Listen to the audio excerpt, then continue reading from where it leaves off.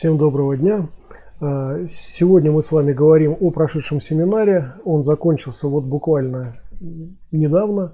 Семинар, я напомню, проводился в Болгарии. Сейчас у нас 2021 год, в августе он проходил, для тех, кто просто не знает. И, как и в прошлом году, многим приехать сюда помешал ковид, помешали в том числе и финансовые проблемы, которые, так сказать, добавляются благодаря ковиду, благодаря тому, что надо платить там за ПЦР-тест или там прививаться или еще что-то такое. Ну, это как бы все-таки какие-то деньги и документальные какие-то моменты и прочее, прочее, прочее. Вот, в итоге, вот на самом деле было заявлено человек 10 там к приезду, но в итоге приехал только один человек, потому что до самого последнего момента, как бы вот, многие не могли решиться, но и в итоге не решились. Ну, как говорится, здесь мы бессильны с вами. Ковид вносит свои коррективы, и проблемы с границами между странами, с пересечением все еще остаются, как бы какие-то, да, ну и так далее. Вот. Но на самом деле, братцы, вот продолжая эту тему, продолжая, собственно, отчет о прошедшем семинаре, я хочу сказать, что я впечатлен этим семинаром. Реально это было здорово, вот для меня, например. Конечно, замечательно, когда приезжает не один человек, когда там, знаете, как в клубе, там вот в боевом, когда там какой-то ряд людей, и вам самим вроде бы это интереснее там и так далее.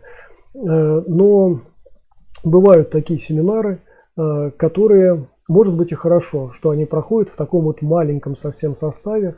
И я скажу несколько позже, почему. Вася Васин пишет: Минасан конничева, Станислав-сан. И вам тоже доброго дня. Рад вас видеть здесь. Уверен, что не так много нас будет во время этого стрима. Стрим обещает быть не очень долгим, хотя здесь поставлю какие-то видео, еще не обработанные, снятые на этом семинаре. Вот. Но я думаю, что нас будет все-таки немного, и, наверное, большинство посмотрит в записи. Я так полагаю. Богдан пишет: Станислав, большой тебе привет. Привет, Богдан. Вася Васин пишет: да, надо бы делать прививки от ковида, чтобы проблем таких избежать. Сейчас вроде бы Болгария в зеленой зоне. Богдан пишет: рад тебя видеть. Я тоже рад видеть тебя, Богдан. И Вася Васин, да, действительно, Болгария давно уже в зеленой зоне находится, но, братцы, это ничего не значит. Во-первых, для того, чтобы, ну, например, из России попасть в Болгарию, прививка вот российской вакцины, ну, до последнего времени была, как бы, она не спасала вас ни от каких бед. Вас все равно заставляли делать ПЦР-тест там и так далее, потому что в Европе, значит, только лицензированные в Европе вакцины, значит, являются достаточным условием для того, чтобы вы могли перемещаться там между странами, да. Как известно, там российская вакцина не является лицензированной, она не прошла лицензирование по известным всем причинам в Европе.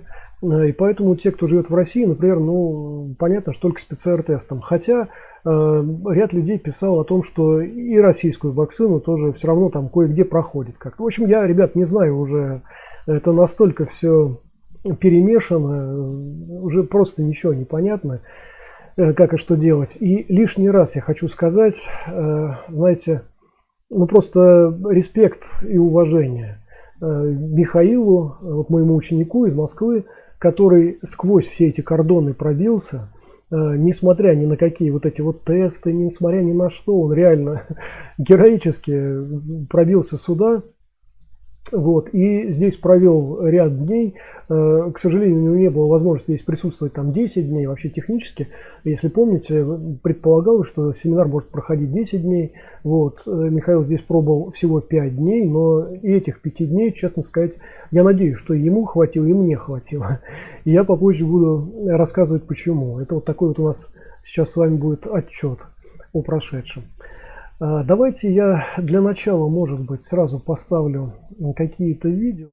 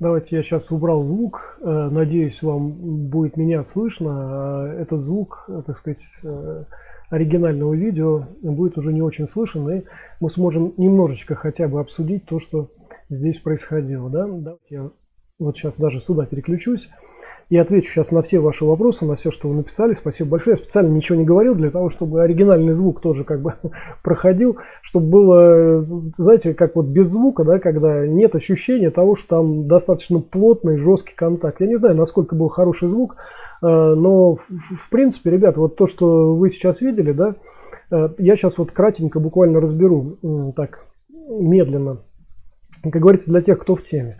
Значит, во-первых, работа была достаточно жесткая, и там по ударам, по попаданиям, это, в общем, ну, может быть, я надеюсь, вам было слышно. Значит, и отвечая сразу вот на вопрос Богдана, да, это был ПАЭХ, где, как вы видели, я пытался работать одной рукой в основном, то одной, то другой, соответственно. Но вот против Миши уже такое не проходит, как вы видите.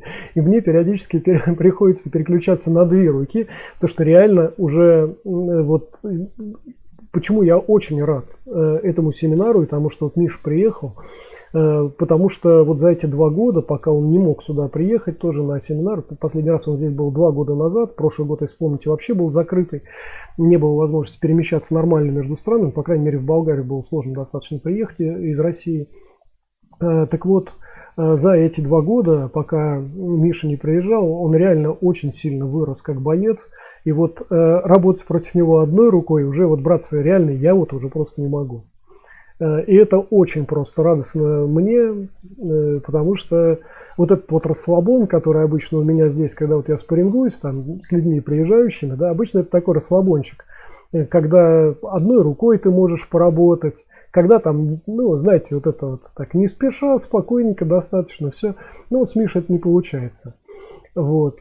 Скорость, вот обратите внимание, скорость перемещения, например, ну вот моя там раза, наверное, в 2 или в 3 меньше, чем у Миши. То есть Миша достаточно скоростной, и он такой маневренный в том числе и так далее. Вот обратите внимание, в этом смысле, вот обратите, ПАЭХ может быть и достаточно маневренным, и, в общем, достаточно таким стабилизированным, что ли, да. Но основная тема, в принципе, которая проходила через весь этот семинар, и к этой теме мы постепенно подошли с Мишей и развивали ее на, значит, ну, в течение нескольких вот наших таких тренировочных семинарских программ, значит, это тема Нейгун. Я еще раз просто напомню, что Нейгун в ПАЭХ это важная часть.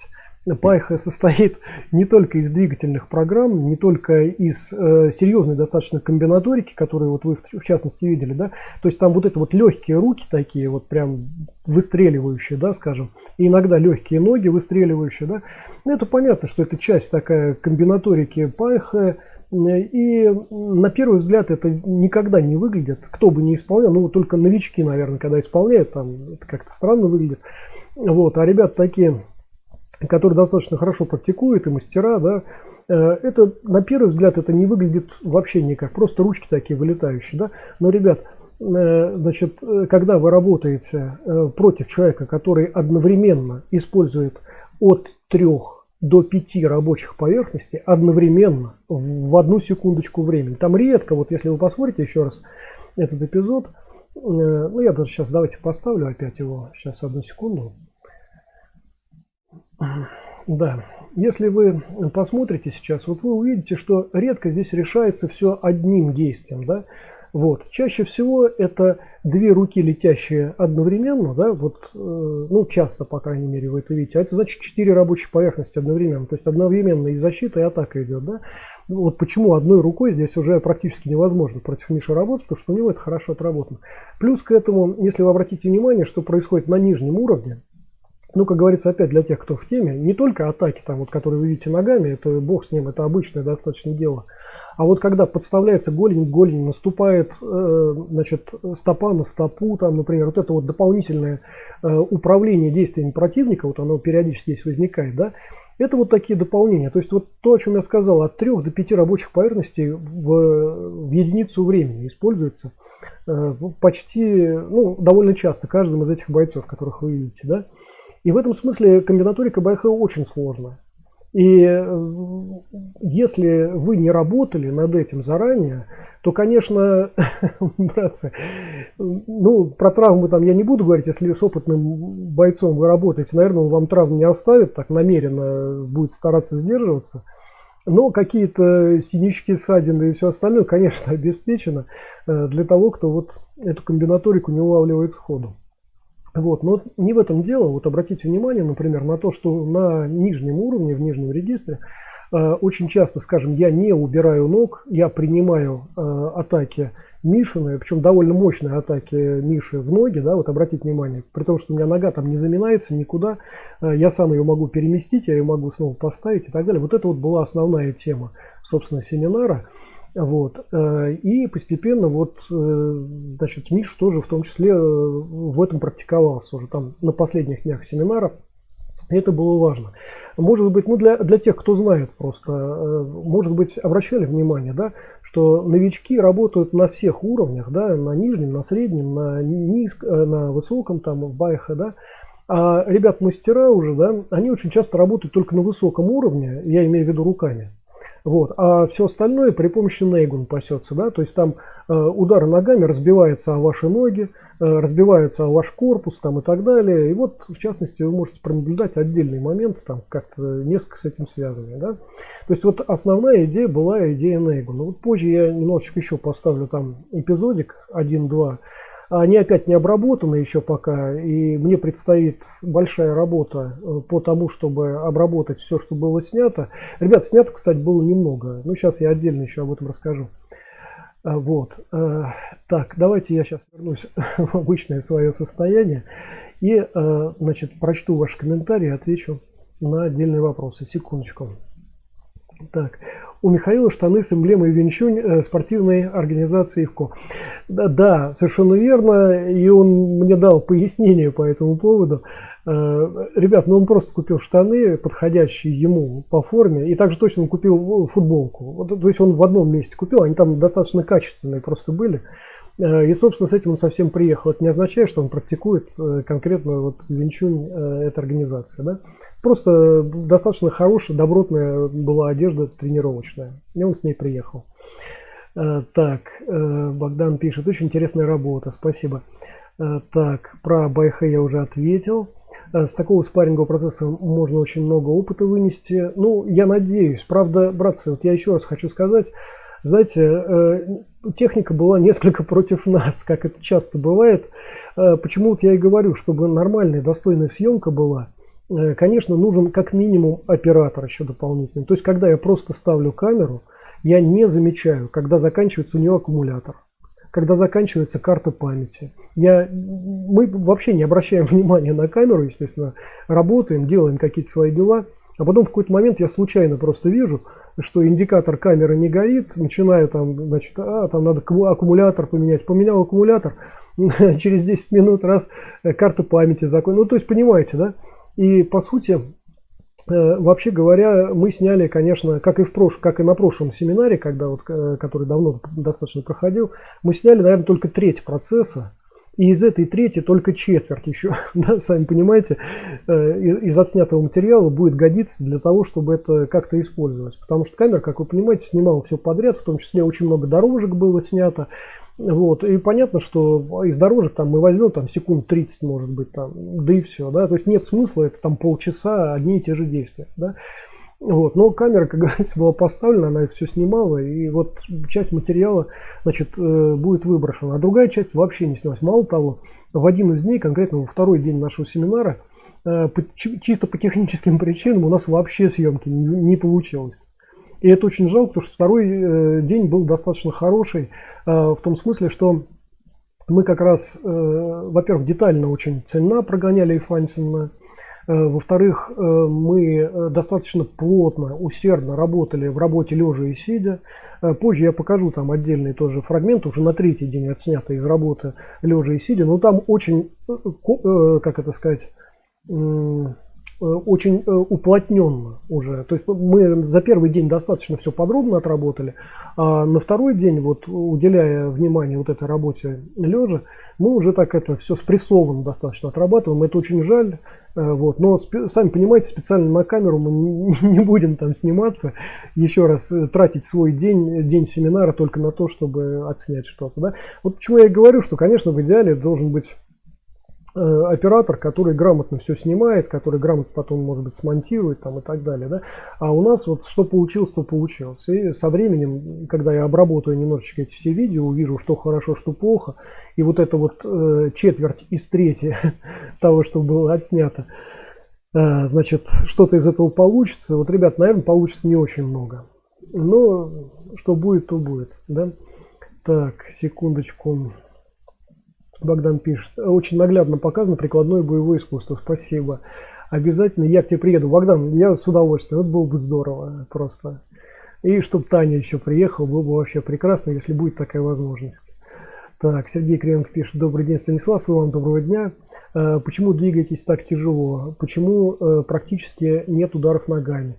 Нет, удары ногами есть, просто для байхэ они не очень характерны, Сергей, а мы работали в байхэ в первую очередь. Да? Вот. В байхэ работа ногами, ну, в основном, в большей части осуществляется в нижнем регистре, и это как раз там было достаточно часто показано. Да? Вот. Значит, почему я конкретно двигаюсь? А я вот в самом начале семинара говорил, что вот байхэ, он очень разный. В частности, вот вы видели, что Миша двигается достаточно свободно, достаточно легко. У меня больше гораздо укоренения такого. Опять тема нашего семинара, отчасти тема, одна из тем, вернее, была нейгун. Для этого требуется как раз такое укоренение. Я уже говорил, что в байхэ нередко вот это укоренение и нейгун используется для того, чтобы противник просто разбивал о вас свои ноги, там, например, о ваши ноги, да, во время своих атак он разбивает ноги о вас, или от атак в корпус, да. Для тех, кто вот опять, так сказать, видел хотя бы что-то или был на таких вещах, я повторюсь сейчас, мастеровитые такие люди очень часто руками работают только в верхнем регистре в байхэ.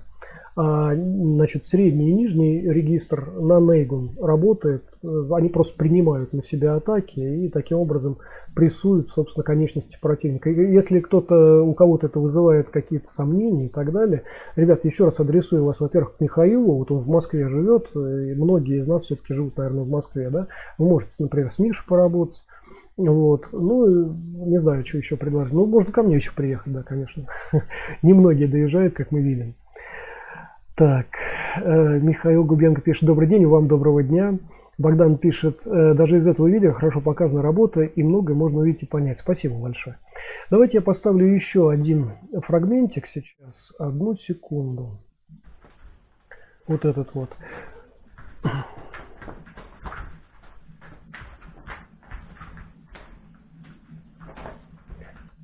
Сейчас я оригинальный звук уберу, и, наверное, меня будет слышно, я надеюсь, да?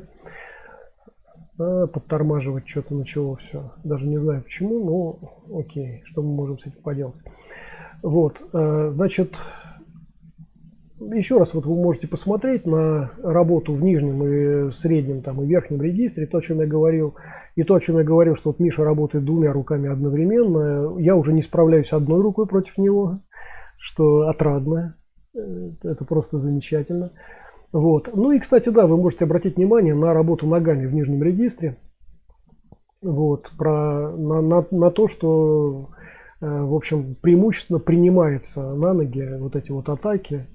Сейчас наверняка вот будет отдельный момент, когда я буду просто стоять во время атак, например, Миша, да. Вот. И обычно, ну, типичные бойцы там постбоксерского плана, кикбоксерского, да, вот прям на раз разбивают себе ноги, вот сейчас вот видели, да, на раз разбивают себе ноги во время собственных атак. Это, ребят, правда жизни, это реально так вот и происходит, когда мы не раз ходили в чужие клубы какие-то там для спаррингов и так далее. Вот. А то, что по поводу скоростей каких-то и так далее, вот сейчас вот Сергей тоже задал вопрос. Значит, смотрите, я еще раз просто напомню, пайха — это не такая структура, которая будет бегать за противником, вот носиться прямо. Вот. Здесь руки очень быстро работают. Руки на очень высоких скоростях работают здесь, это факт. Вот. И это самое главное. Вот именно там используется вот это вот подрагивающее усилие, вот это немышечное, да. Вот. А что касается скорости перемещения и так далее, это уже зависит от конкретного бойца. Кто как захочет, тот так и действует. Вот обратите внимание, вот Миша, например, легко достаточно перемещается туда-сюда. Я, например, не очень перемещаюсь, я экономлю, как говорится, ресурсы. Мне легче стоять просто и, так сказать, поджидать чего-то, да, и только в самом крайнем я двигаюсь вперед, да, когда инициатива, там, например, противника несколько угасает. Вот. Ну, окей. Так, сейчас дальше прочту, если... Так, все, да. Окей, значит, вот какие-то моменты сейчас перед вашими глазами проходят. Давайте я еще вот сейчас включу оригинальный звук просто, ну уж как бы пусть будет.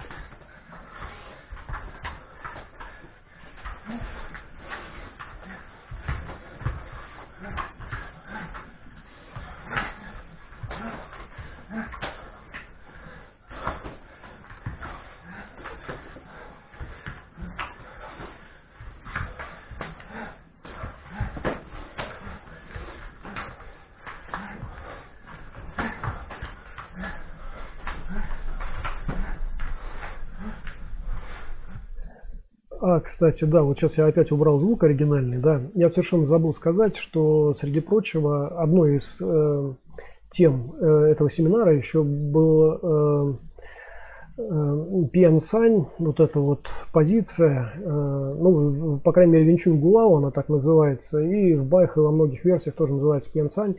Это позиция саньджен, но развернутого боком, да. Но только здесь очень важно на обе стороны уметь работать. Вот, и поэтому как раз вот мы оба стоим то в левосторонней, то в правосторонней такой позиции, да, для того, чтобы отработать вот PNSI. Это просто дополнение такое к тому, что уже говорилось. Окей. Так, да, кстати, давайте я уже и сразу еще один эпизодик поставлю. Значит, вот эти вот эпизоды я буду немножечко как сказать, прогонять, потому что здесь долгие есть эпизоды очень, там по полчаса там и так далее. В общем, мы будем гонять. Вот обратите внимание тоже на работу в нижнем регистре. Это вот работа как раз типичная для вот этого саньджен бокового, для пьянсань. Вот. И вот, а вот сейчас можете сравнить как раз с саньдженом обычным, да, когда мы так несколько фронтально по отношению к противнику находимся, да. Вот. А здесь вот как раз речь идет о том, что Пьянсань — это вот боковая такая позиция, как бы условно говоря.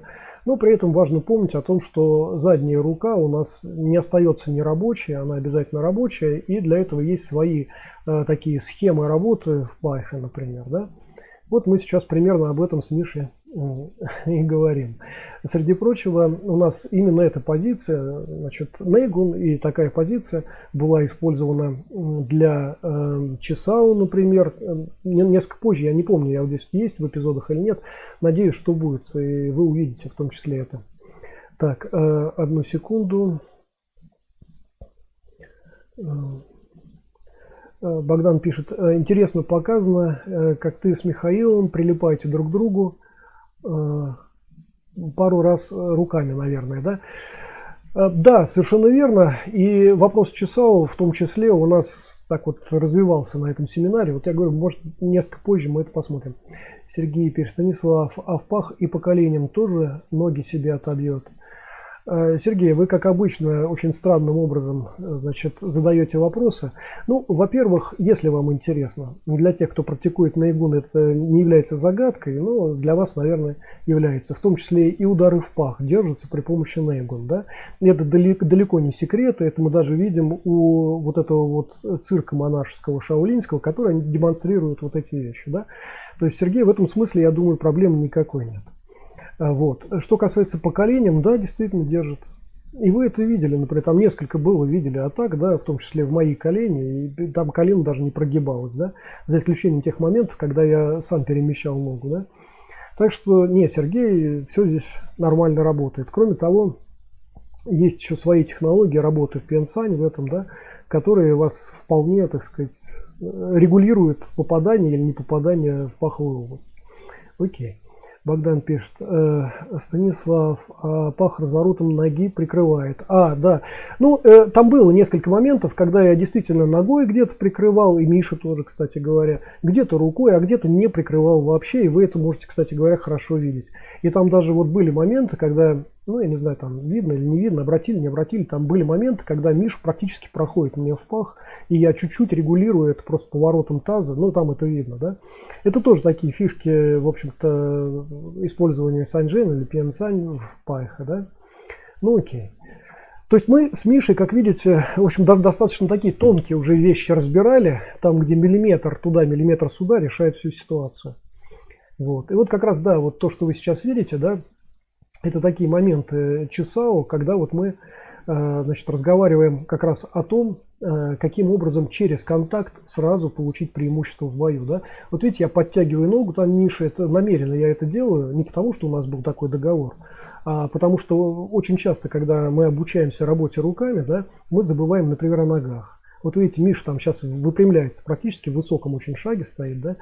Вот, и я ему таким подтягиванием напоминаю, что нужно в том числе контролировать и нижний регистр свой. Вот. И тем не менее, вот Миша, в общем-то, выполняет поставленную перед ним задачу в эти моменты. Так, одну секунду еще. Да. Вот обращайте внимание на нижний регистр. То, что в верхнем делается, это, в общем, простые достаточно вещи. Там конкретно для Миши была задача, и он, видите, вот постепенно он ее выполняет. Я просто смотрю, каким образом он будет давить мне на руки или не будет. Да? Вот находит он эти моменты или не находит. А вот нижний регистр как раз важный момент, когда, значит, надо включать в том числе внимание в нижней части, да, его. Так, окей. Дальше. Богдан пишет, есть такая фишка в боевых искусствах. Да, совершенно верно. Так, Богдан пишет, ее очень сложно увидеть, но он там делает постоянно. Да, спасибо, Богдан. Ну, сразу видно, наметанный глаз, да. Так, в спорте просто почти не используют. Да, совершенно верно. Совершенно верно. Так, окей, сейчас мы вот этот вот момент с вами досмотрим. Вот видите, опять на нижний регистр, да, я постоянно стараюсь переключать еще Мишу. Вот, чтобы не только верхняя часть его работала, не только руки, не только типичная комбинаторика, в которой, в принципе, сложного особо ничего нет. Хотя вот то, что мы там разбирали через Чесау комбинаторика, она, ну, понятно, что несколько сложнее, чем просто ткнуть пальцем, в смысле, кулаком в пузо, который, в общем, в данном случае уже и не пройдет даже, да, при хорошей комбинаторике. Но вот мне надо было еще включать все время нижний регистр, Миши, что, в принципе, мы с ним и делаем периодически. Так, сейчас давайте еще тогда следующий эпизодик. Честно сказать, не знаю, что это будет сейчас. Так, одну секунду. Опять, ребят, это не обработанные еще вещи. Вот как раз по поводу Нейгун. Да, вот отдельные моменты вы сейчас можете посмотреть из нашего семинарского процесса. К сожалению, к моему большому, как я уже сказал, очень много из этого не было отснято, потому что Нейгун мы оставляли на финальную часть нескольких тренировок, вот, и в финальной части как раз у нас камера уже не снимала, мы на нее внимания не обращали, и она не снимала. И, кстати, очень часто, не обращая опять внимания на камеру, мы забывали о том, что мы выстраивались прямо в рядочек, и камера снимала только спину одного из нас, к сожалению. Но это, опять я говорю, что для того, чтобы нормально снимать семинары, конечно, нужен оператор. Вот. И вот мы сейчас говорим о разных способах Нейгун, и постепенно приводим эти разные сведения о том, каким образом можно Нейгун работать, как можно работать там, значит, диафрагмой, да, вот, мы говорим, мы собираем это все воедино. Я вот просто рассказываю о том, что первоначально, как только мы начинаем работать Нейгун, особенно на вдохе, у нас очень часто напрягается еще все прилежащие мышцы. Вот живот начинает напрягаться, все. Вот. А я рассказываю о том, что дышать диафрагмой, даже плотно и мощно, можно так, что живот будет просто болтаться, бочка будут болтаться у вас, да? Мышцы не будут работать. И это вот важный момент как раз для Нейгун. В противном случае вы будете сами себе льстить, считать, что вы занимаетесь Нейгун, а на самом деле вы просто мышечной работой обычно будете, значит, заниматься и быстро достаточно уставать, в отличие от тех, кто занимается Нейгун и поэтому не устает, да? Вот. И кроме того, я вот Миша рассказывал о том, каким образом, значит, меняется сознание человека, когда он занимается боевым Нейгун. Не когда вот это волшебные пасы руками там и вот это вот Гарри Поттер там и все остальное, да? А когда мы говорим о реальном боевом аспекте, а он первоначальный в боевых искусствах, и вот это ответвление на оздоровительный Нейгун, или как сейчас говорят на Цигун, там, например, да, это ответвление просто от возможностей вообще в принципе заложенных в Нейгун как таковых. Так вот, мы говорили в том числе о том, как меняется сознание человека, в частности, знаете, вот всем, не всем, а большинству, наверное, людей, которые слышали Цигун или Нейгун, кажется, что эти вещи должны очень успокаивать, умиротворять. Нет, братцы, это вас успокаивает, когда вы работаете вот эти вот плавные волшебные вещи, типа в Тайде, например, или когда вы там какой-нибудь Вусин там выполняете комплекс, или Бадуандин там и так далее, когда вы в принципе действуете для того, чтобы у вас все угомонилось, все пришло в условную достаточно гармонию. Ребят, я это называю условной гармонией, потому что я знаю, о чем говорю. Значит, плавность и вот это вот все, это может вас, конечно, несколько успокоить, казалось бы, даже в период стресса. Но, ребят, стресс никуда не уйдет. Вот нервная система у нас очень интересно работает. Просто когда мы говорим об успокоении, умиротворении, да, мы явно говорим об этом как о некой альтернативе стрессу. Да? И лучшая проверка для того, насколько вы успокоены или обеспокоены, да, это как раз в момент вашего стресса. То есть понятно, когда вам ничего не угрожает, когда ваша жизнь, когда вы в чем там, в клубничном джеме живете, да, то понятно же, вы и так спокойны достаточно. Даже непонятно, что там говорить, о каком стрессе, да. А вот когда вы стрессуете, когда вот постоянный прессинг какой-то в вашей жизни происходит, там, да, что такое постоянно надо решать и так далее, вот в этот момент попробуйте себя успокоить вот этими волшебными пасами. Ну, полагаю, что мало у кого это получится, и, в общем, скорее всего, не получится просто, да, потому что Нейгун несколько по-другому работает. Мы, помните, с вами говорили уже о биохимии человека, мы с вами говорили о том, каким образом дыхание влияет на нервную систему, и как нервная система уже опосредованно, дальше, да, влияет на наш организм. И вот это вот очень важный момент. Есть Нейгун, который... кажется, что он вас успокаивает, вам кажется, это не вот это умиротворение, которого обычно ждут от Нейгун. Это глубочайшая сосредоточенность на тех аспектах, которые именно сейчас важны. Поэтому это называется боевой Нейгун. Да? Вот. Это когда вы не упускаете уже ни одной подробности из того, что происходит, вы взаимодействуете со всем, что происходит. Да? Сколько там противников будет, как будет там их атаки, обороны там расположены и так далее, это уже не имеет большого значения, потому что Нейгун вам позволяет это все очень хорошо мониторить, контролировать, и дальше уже комбинаторика ваша, да, позволяет еще с этим что-то делать. Это важный момент. А Нейгун помогает вам это делать, уже использовать эту комбинаторику. Но, ребята, еще раз, Нейгун без комбинаторики ничто, Так же, как комбинаторика без Нейгун, ну, вроде как это неплохо, конечно, но Нейгун добавляет явно. Так вот, как раз я вот Миша говорил о том, что нет, Миш, ты не станешь спокойнее, и стресс, конечно, это будет снимать. И внутри себя ты будешь очень спокоен, но со стороны будет казаться, что идешь по головам. Я ему показал как раз вот там вот в дорожках, когда, значит, я вот прошелся, вы некоторое время назад видели, и Миша потом тоже выполнял подобные дорожки в Нейгун, там и с отдельными заданиями еще специальными для него и так далее, да. Вот. И как раз я думаю, что он убедился в том, что Нейгун работает совершенно не умиротворяюще, а он работает так, что вы просто сквозь стены готовы проходить. Вот такая история. Это просто для тех, кто интересуется этой темой, Нейгун, и заодно в тему о том, что в Байхе Нейгун это важная очень часть. Я знаю просто людей, которые без нормального представления о Нейгун практикуют Байхе, и это, ну, сами понимаете, как работает. Мы это даже в сети можем видеть у достаточно медийных персонажей, которые, в общем, ну, вроде как такие мастера Байхе, вот, и тем не менее, значит, мы можем наблюдать, как вот этот Байхе у них и не особо работает, потому что нет правильного представления о том, как Нейгун способствует вот этой работе. И как раз вот мы с Мишей говорили о том, что, знаете, вот есть такая волшебная сказка про Нейгун или про Цигун, про то, что если вы вот дышите правильно, то у вас и удар там сильный, и еще... Да нет, ребят, это вот как раз то самое заблуждение, о котором я говорил, когда кажется, что вы дыханием работаете, на самом деле вы мышцами работаете, да, и это имеет свой предел мышечный. Вот до тех пор, пока у вас мышцы работают, вроде бы как и ваш Нейгун работает, это вот неправильный подход.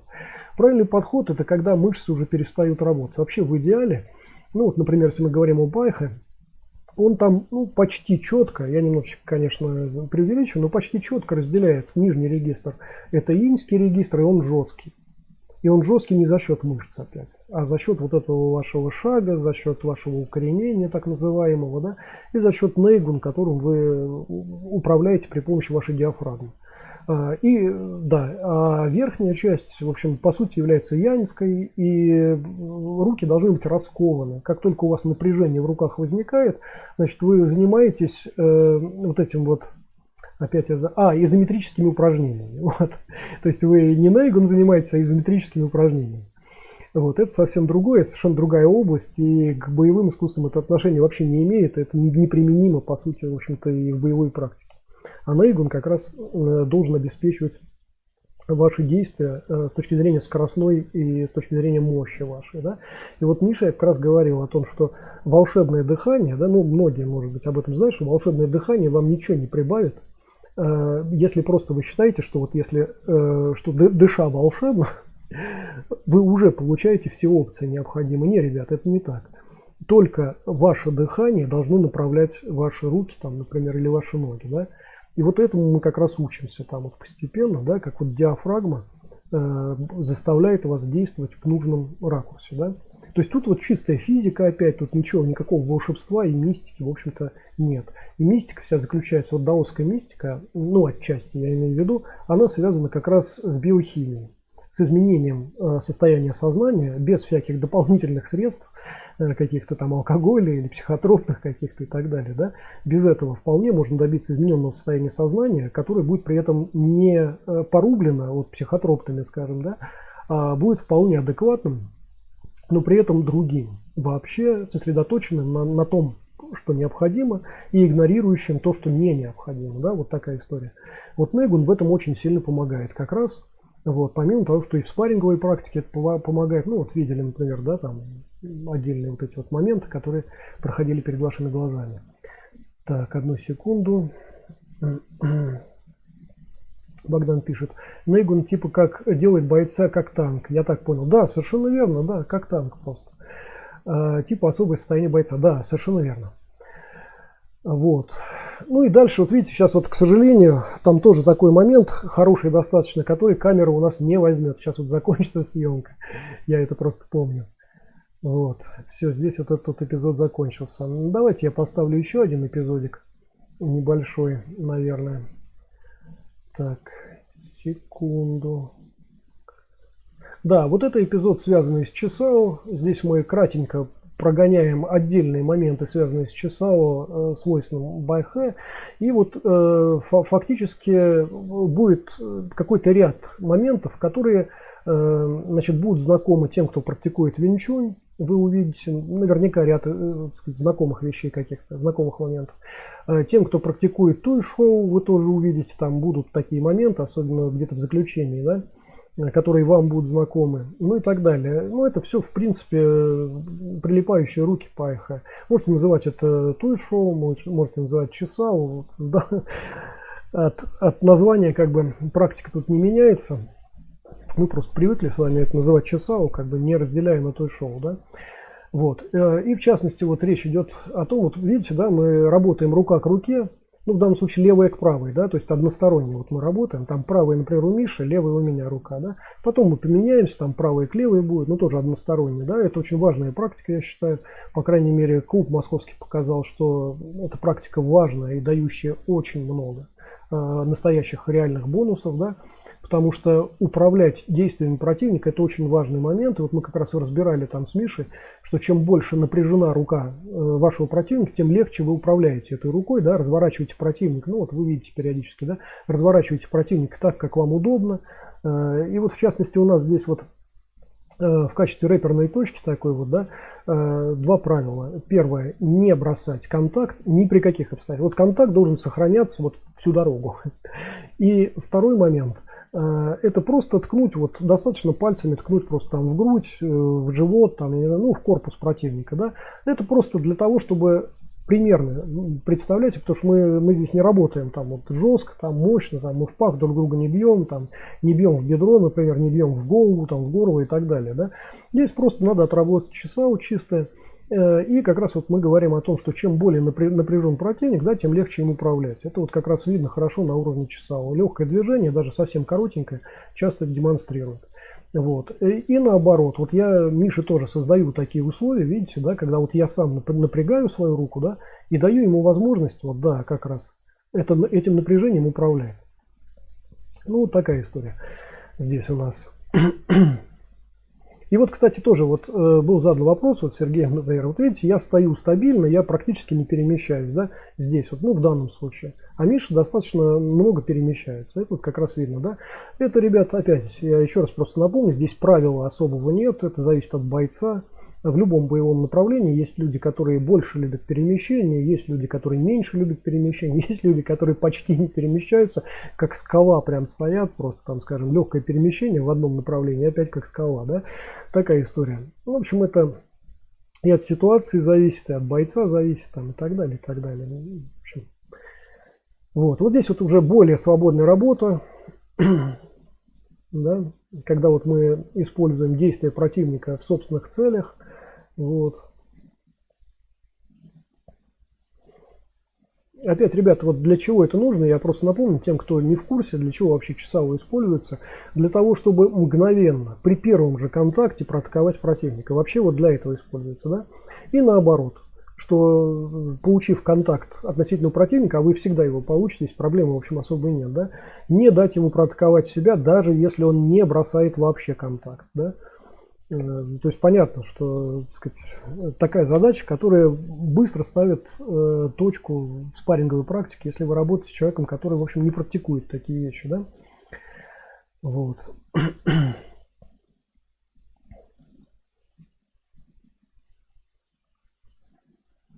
Давайте немножечко прогоню еще вперед. Сейчас. Вот здесь вот уже на двух руках мы работаем. Вот, кстати, обратите внимание, здесь будут моменты, когда одна рука будет контролировать две руки. Будут такие моменты. И поэтому это позволяет, значит, освобождать одну из рук. То есть по правилам, помните, да, я говорил, что нужно держать постоянный контроль рук противника.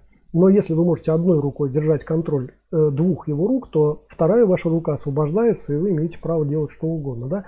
Это очень важный момент, который потом в спарринге очень просто оказывается нужным. Да? Потому что помимо того, что, как я уже говорил, каждая ваша рука может использовать две, а иногда три рабочие поверхности одновременно в одну и ту же единицу времени. Кроме этого, если эта рука еще и контролирует две руки противника, да, понимаете, да, ваше преимущество сразу в бою. Вот. Так. Давайте еще немножечко я промотаю вперед. Позже я эти эпизоды сделаю покороче, соберу только самое необходимое. Что-то войдет в уроки даже уже, я так предполагаю. Вот сейчас я отсматриваю, есть что, в общем-то, вложить в уроки. Что-то просто войдет в какие-то видеоканалы. Да, вот это вот тоже, кстати, важный очень момент. Сейчас будет. Обратите внимание. Это вот элемент приклеивания без давления на противника, а наоборот с протягиванием на себя. Это вот элементы обратные чесао. Нет, вот сейчас мы говорим о том, как вот одна рука контролирует две руки. Да. Как раз вот эти вот вещи. А попозже вот будут как раз те элементы, которые, кто практикует той-шоу, узнают определенно, да, когда не давлением на противника используется приклеивание вот это, да, а протягивается на себя противник, да. Сейчас попозже. Я надеюсь, что это заснято. Ребят, не отвечаю, но вроде бы как это должно быть. Вот мне кажется, в этот день как раз мы этими вещами занимались в том числе.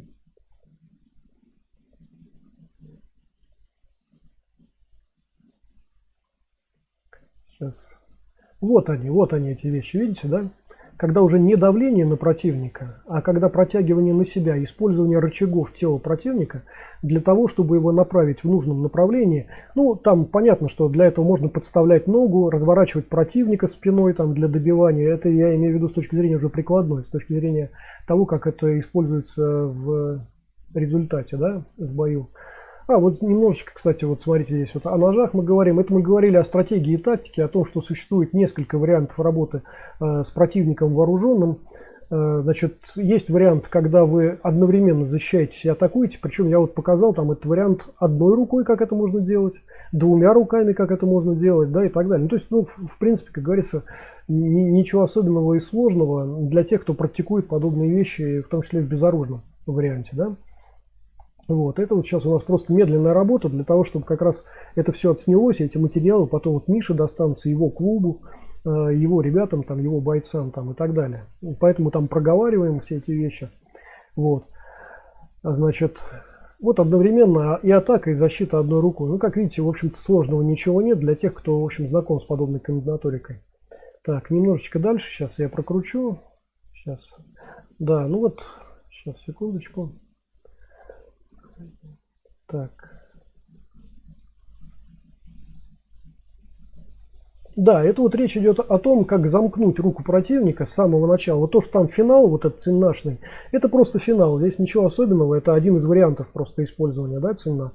Вот. А в сущности речь идет о том, что вы замыкаете руку, не даете ей двигаться на первом такте сразу, да, и при этом еще многократно атакуете противника. Вот такая история. Это вот второй вариант, да, такой чисто стратегический. Это не тактика уже, это стратегия. Две стратегии вот рассматриваются в работе против вооруженного противника.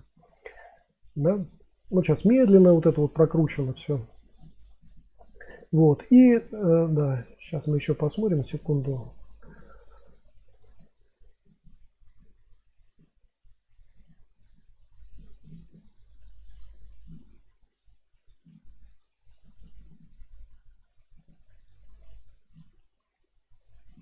Это вот сразу выхода на цена, но это опять, так сказать, тут речи нет о том, чтобы закончить отбиранием ножа.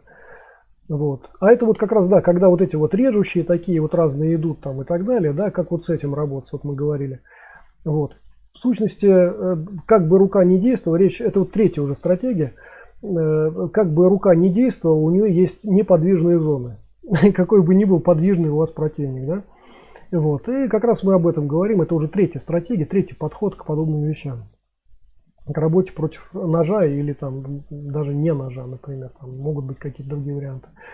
Вот. И еще есть четвертая стратегия. Вот она будет ли здесь отснята, я не очень уверен.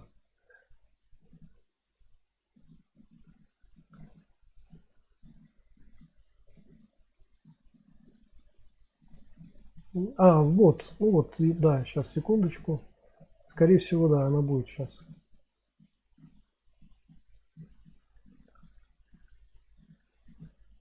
Сейчас посмотрим. Ну, это вот понятно, да, это когда вы просто разбиваете руку противника с ножом вместе, да, и там неважно, продолжает он держать этой рукой нож или нет. Но, слушайте, еще одну стратегию, видимо, не заснял. не засняла камера, ну бог с ним.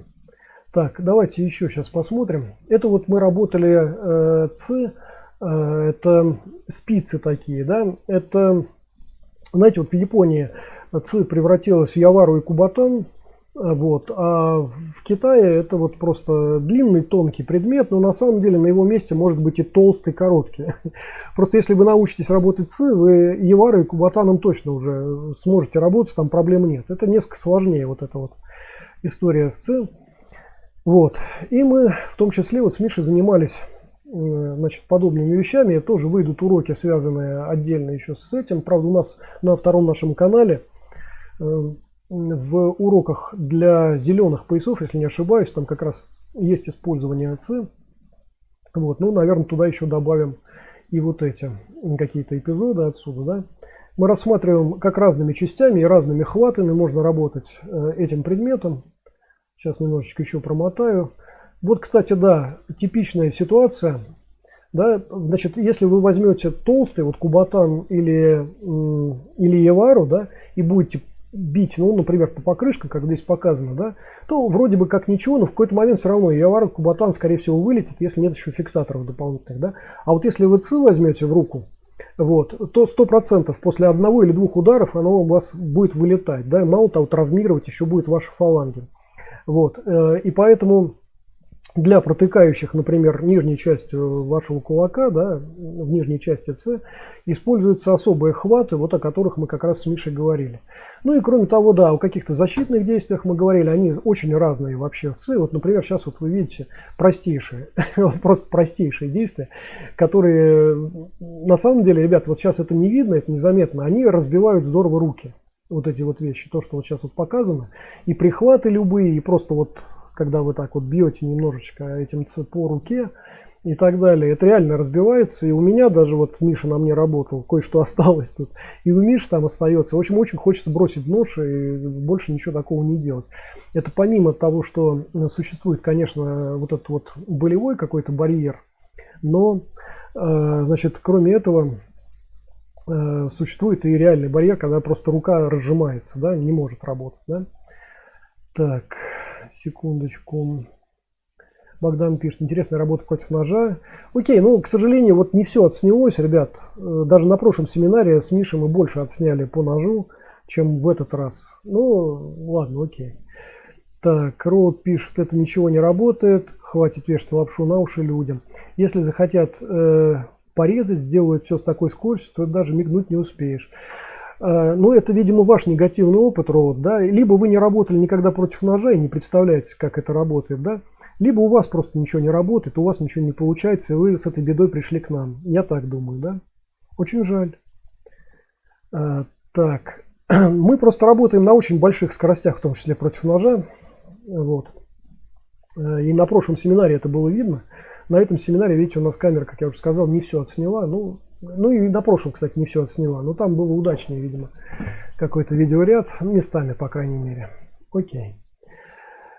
Так, давайте еще немножечко сейчас. Секунду. Вот опять. Так, это мы в дорожках отрабатываем, да, работу с ЦИ. Так, окей. Давайте еще один эпизод. Тоже тут, смотрите, у нас идет речь о том же предмете подручно. Вот видите, это то, о чем я говорил, да, когда камера снимает только спину одного из нас, потому что мы не очень ориентировались на камеру. Иногда вот вспоминаешь там и разворачиваешься, да. Вот.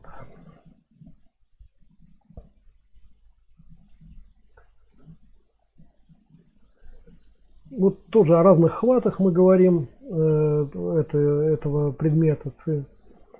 Да, о том, как управлять положением противника в пространстве при помощи легкого давления буквально, да, которое вы осуществляете на С, а это невозможно сделать при помощи кисти, это можно только при помощи пальцев делать, да, вот на эту тему, собственно говоря, там у нас постоянно вот этот вот тренинг, собственно, и шел.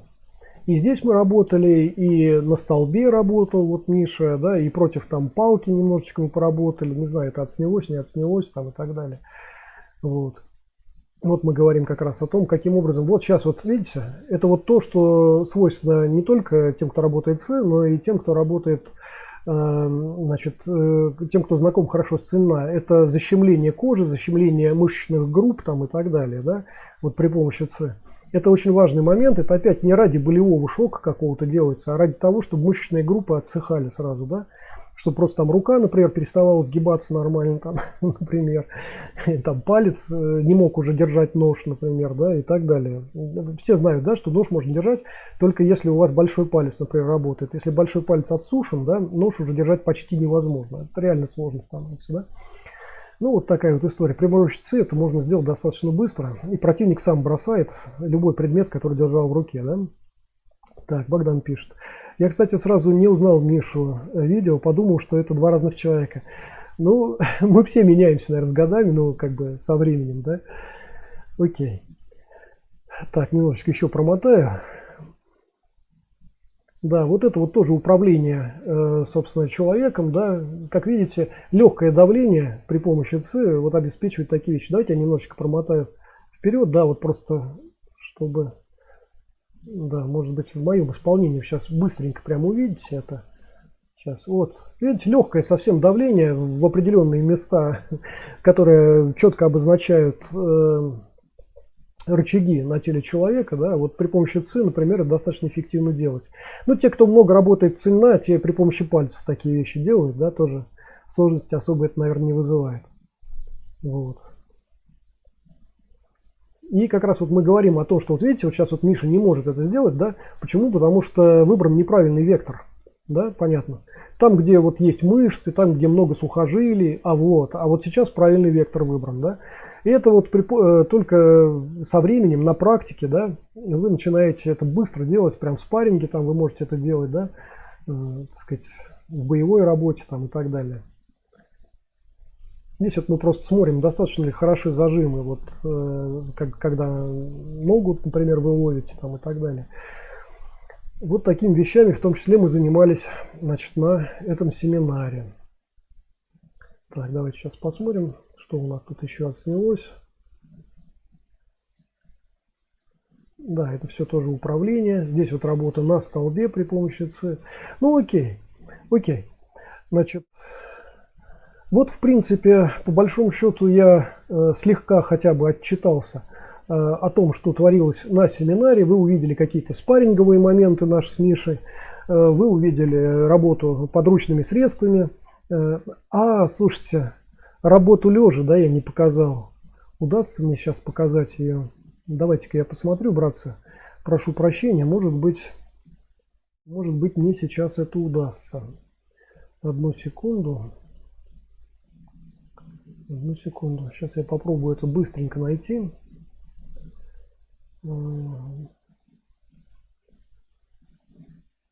Сейчас будет у нас это получаться. Да. Значит, сначала мы тут говорим о рычагах возможных, да, о том, как, в общем, начальный этап освоения вот работы на земле, он и производится на земле сначала, да. Вот таким образом вы изучаете просто рычаги человеческого тела, но только применительно, значит, к ситуации, когда вы лежите или сидите, да. Потом это уже используется для того, чтобы выполнить достойные входы, управлять действиями противника и атаковать его ногами, да. В частности, сначала ставится задача атаковать в пах, ну вот иногда вы видите какие-то такие вещи. Вот. Потом ставится задача атаковать там в корпус, атаковать в голову там и прочее подобное, да. Вот. И очень важно научиться, конечно, в том числе одной ногой перекрывать вход для двух ног, да, вот периодически вы это видите, вот, завязывать противника и так далее. Ну, фактически то же самое, что мы делаем руками, вот когда мы отрабатываем чесау, да, здесь вот фактически такая же история, только мы отрабатываем это ногами. И, как видите, здесь можно занимать положение лежа, положение сидя там и так далее. Вот. Да,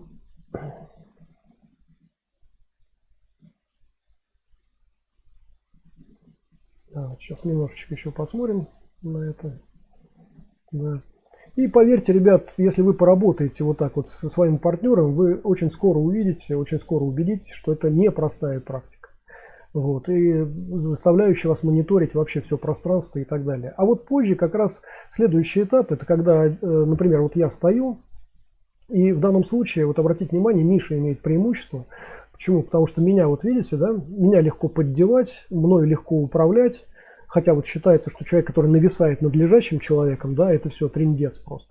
Ну, на самом деле вы видите, что вот когда вы занимаете позицию лежа и сидя, это вы побеждаете, если умеете, конечно, так работать, да. Вот. Ваша спина, ваше тело, ваша голова, реально они прикрыты. То есть дотянуться до них практически невозможно, если вы умеете, например, ногами работать в положении лежа и сидя. Можно и руками, кстати говоря, это тоже отдельный раздел. Вот. Но в основном начинается работа ногами.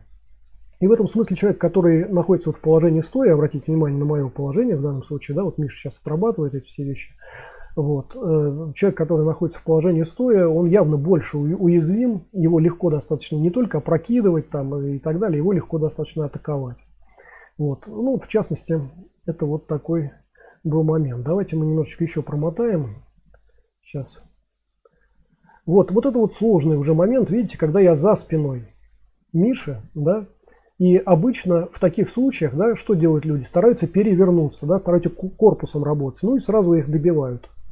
Вот задача здесь отработать такие вещи, которые без переворачивания корпуса, да, когда вы ногами сразу работаете. Вот дальше идет работа типичная над тем, как подниматься, да, как за счет инерции просто элементарной вы можете подняться, например. Видите, да, даже медленно это работает, тут сложности вообще нет. Вот, просто нужна хорошая практика. И вот мы начинаем с того, как подниматься, да. Когда это уже более-менее отработано, причем Миша легко достаточно поднимается на скорости, а вот здесь я его просто вынудил, я говорю: Миш, давай медленно. Вот если ты медленно с этим справишься, значит быстро точно сделаешь уже. Вот. А дальше у нас обратные моменты, когда человек занимает положение лежа и сидя, да, из любого положения, стоя, сидя там и так далее, лежа, в смысле занимает положение лежа, да, медленно, быстро, в разных вариантах. Сейчас, подождите, может быть, будет здесь еще эпизод. Нет, к сожалению, что-то, видимо, не снялось, может быть. Ну, окей. Там просто вот в первый день, когда мы работали, мы достаточно серьезно так вот и падали, и все. Это уже просто второй день практики, когда, ну, вот этой конкретной практики, когда уже все понятно. Вот. Разные способы падений, конечно, существуют. Разные способы подъема там, да, и так далее. Вот об этом, собственно говоря, идет речь. И здесь вот у нас нет таких вот, в первый день у нас было много достаточно, когда мы прям вот, как видите, пол бетонный, да, вот нам задают вопросы: на бетонный пол вы падаете, да это невозможно. Да не, ребят, возможно еще как, и вообще проблем никакой в этом нет. Хоть на битое стекло можно падать, собственно говоря, если у вас есть достаточно практики в этом деле, да. В том числе, вот видите, не только быстро, когда там экстремально вы делаете, но и медленные такие вещи, которые только за счет инерции вы не сделаете. Да, здесь все-таки техничность определенного рода нужна. Вот видите, вот, например, такого рода, да, когда вы занимаете положение лежа, одновременно атакуя противника и уже готовясь к очередной атаке, да.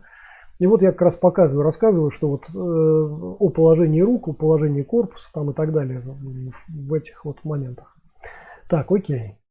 Более-менее мы вот это тоже отсмотрели с вами. Еще раз, братцы, на всякий случай хочу напомнить, что показательные выступления отличаются от тренировочной деятельности, да, и мы, как правило, на нашем канале показываем исключительно тренировочную деятельность, не показательные выступления, когда, вы знаете, учили в течение полугода, а потом все это красиво показали, да.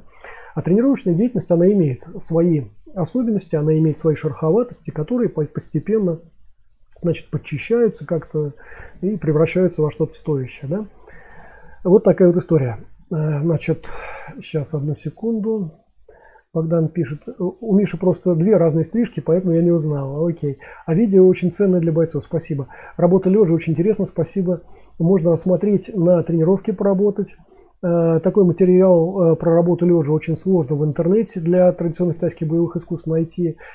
Техника подбора интересна. Спасибо большое, Богдан, спасибо. Я очень надеюсь, что, братцы, когда я обработаю весь материал, из этого что-то четкое, нормальное получится, да, то, может быть, действительно это будет полезно достаточно для просмотра. По крайней мере, какие-то вещи из этого пойдут в уроки, причем именно так, там будет последовательно, да, там будет медленная работа, вот, которую вы видели, да, будет быстрая работа уже какая-то, ну и так далее, да. Окей, Копенгаген пишет: добрый вечер, похоже на стиль Кадочникова. Нет, не похоже. Мы с такими полуконтактными, бесконтактными вещами не работаем. А то, что кадочниковцы там кувыркаются, только это вам, может быть, напомнило. Так кувырки, они, в принципе, где угодно. Вот когда в легкой атлетике вы видите кувырки, например, вы же не называете это стилем Кадочникова, правда? Не-не-не, с Кадочниковым это другая история. Александр пишет: спасибо за стрим. И вам спасибо большое за то, что посмотрели, ознакомились и так далее. А можно сбивать с ног из положения лежа? Да, конечно, а вы же это видели. Там же было показано. Там выполняются и подсечки, и подножки из положения лежа и так далее. В идеале, как я уже говорил, если вы не умеете, например, работать против ножа, не умеете работать против там, оружия какого-то холодного там, и так далее, да, то один из чит-кодов — это как раз занять положение лежа. И вот тогда вы с легкостью достаточно справляетесь с противником, ну, при условии, что, конечно, у вас есть практика работы лежа, сидя там и так далее. Я уже рассказывал, я Мише, например, рассказывал, что когда я начинал, ну, своего учителя только, да, у нас был один боец, он как раз вторым пришел, я вот первым пришел, он вторым пришел. Этот боец очень интересный был в том смысле, что он практиковал вот именно низкие все вещи, да, он и руками работал в низких очень шагах, да, когда не надо вообще опираться, он практически сидел все время, да, там на земле, ну, на стопах, на своих, конечно, на ногах, но это такая вот работа, когда ноги уже работают подсечками, руки работают типичным достаточно образом, он доставал, естественно, до головы, если необходимо, и руками, и ногами. Вот. И в том числе он неплохо работал вот в положении сидя и лежа. Это давало ему, конечно, колоссальные бонусы там, и так далее. Вот он специально на это затачивался. Да? Ну, вот такая вот история. Вот, братцы, короче, кто пропустил первую часть этого стрима, там какие-то спарринги у нас были, что-то еще такое-то вот было, да, можете посмотреть сначала этот стрим. Вот. Я отчитался перед вами о том, как у нас прошел этот семинар. Еще раз, я очень впечатлен работой Миши, я очень впечатлен тем, каких он успехов добился за 2 года, пока мы с ним не виделись. Это прям реально здорово просто. Вот. И я по-своему, по-хорошему завидую бойцам, которые посещают его клуб. Вот. Я думаю, что они многому очень могут от него научиться, если будут достаточно добросовестны и мотивированы. Да? Ну и, кстати, как обычно, не на правах рекламы, а в качестве просто дополнительной информации. Если вы живете в Москве и вам интересен, например, Пайхэ, вы можете обратиться вот ко мне, я вас свяжу с Мишей, вот, и вы сможете, соответственно, у него практиковать, значит, Пайхэ. К сожалению, сейчас тренировки ведутся раз в неделю, у Миши просто нет возможности это делать чаще, и это означает, что вам 6 дней в неделю придется самостоятельно практиковать Пайхэ. Но я думаю, что это является дополнительной мотивацией для кого-то, а для кого-то является и дополнительной расслабухой, потому что на тренировке особо не пофилонишь, да, а на собственной тренировке, ну, многие вполне могут немножечко расслабиться. Так что, в принципе, мне кажется, условия вполне тоже достойные. Окей. Братцы, еще раз спасибо большое за участие в этом стриме. Я приношу извинения всем, с кем я не мог контактировать достаточно плотно, кто мне писал, кто мне присылал видео. Я обязательно, сейчас вот у меня будет время, я разберусь и с видео, которые отсняты на семинаре, я разберусь и с теми видео, которые вы мне присылали, с большим удовольствием их посмотрю. Большое спасибо еще раз всем, кто их присылал мне. Вот. И отвечу более подробно тем, с кем мы были в переписке, но я не мог нормально отвечать, потому что сначала у меня был отпуск, а потом вот этот вот семинар у нас был. Еще раз большое спасибо за участие в семинаре. Не забываем подписываться, делиться, ставить лайки, писать комментарии, жать колокольчик, чтобы ничего не пропустить, переходить по ссылкам внизу и на плейлисты нашего канала, где легче сориентироваться в тех темах области боевых искусств, которые вас интересуют. Я вам желаю хороших тренировок и до следующих стримов, до следующих видео и так далее.